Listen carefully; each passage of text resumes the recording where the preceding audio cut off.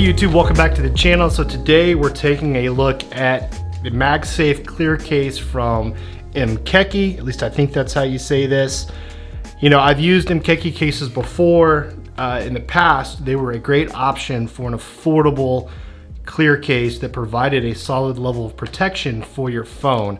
Actually, big fan of the Mkeke case. Recently had a viewer reach out and say, hey, I needed to check out the new cases for the iPhone 14 Pro Max. So I picked one up. They're not as cheap as they used to be. This one put me back about $32, but we're gonna take a close-up look and we'll talk about, is it worth it? Is $32 worth this clear case? And what else do you need to know if you're considering buying this case? So let's jump into it. So I originally picked up the Mkeke clear case for my iPhone 11 Pro Max. That was the first case from Mkeke that I reviewed. That was back in April of 2020. So it's definitely been a couple of years now since my last Mkeke case. So it's pretty cool to kind of revisit this. Now, the reason I picked this up originally is because I was doing a video series on the best selling phone cases for the iPhone at the time. And this was number one on the list. And I think a large part of that was because it was going at the time for $8.65. So this was an under $10 case back then. Now, so I picked this up on Amazon for $32, and I just looked, and actually right now it's on sale for $19.99, so for 20 bucks.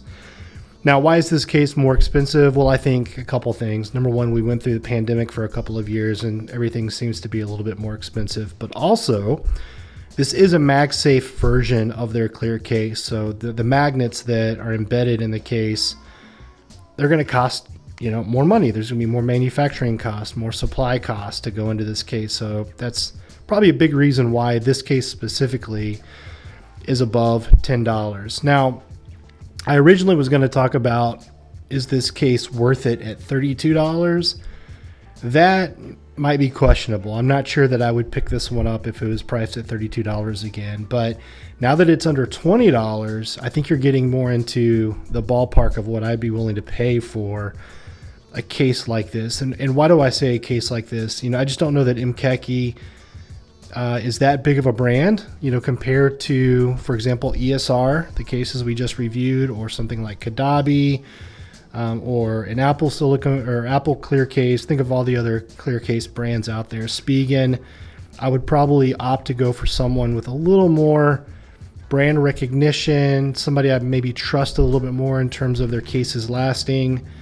Although I will say the original Mkeke case that I bought, it lasted for a long time. So this is a nice quality case. They do good work and I have no complaints there. But for 32 bucks, I'm probably starting to think about, okay, what are some competing brands that I might want to take a look at? So a couple things that I do really like about this case. Number one is, if you notice, the corners here have really been beefed up.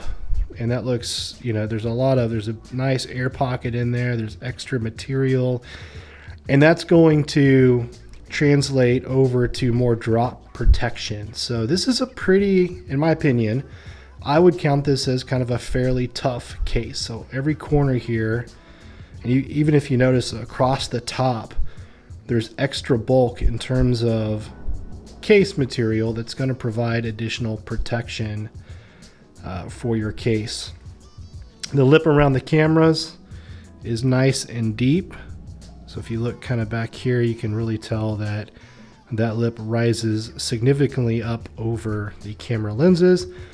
So you are going to get good protection for your camera lenses. This is what it looks like just face on here. You do, obviously this is MagSafe, so you do have a white MagSafe ring. And then if you look at the bottom, again, you can just see how this case has been beefed up on the bottom, on the top, and in each of the corners. Now, the other benefit you get from that is, if you notice, there is a raised edge on the back.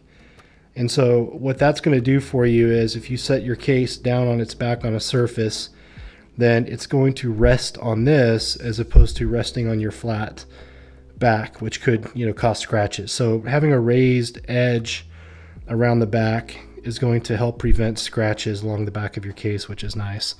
In terms of buttons, very clicky. They do have some material that has been removed around the edge of the button. You can tell right here, all that material has been removed there, which just gives that button more freedom of movement, and ultimately that results in a clickier button. So same thing here, volume up and down button, mute rocker, plenty of room to get in there and access the mute rocker, no issues at all. And then down towards the bottom of the case, you have your power port and your speaker grills.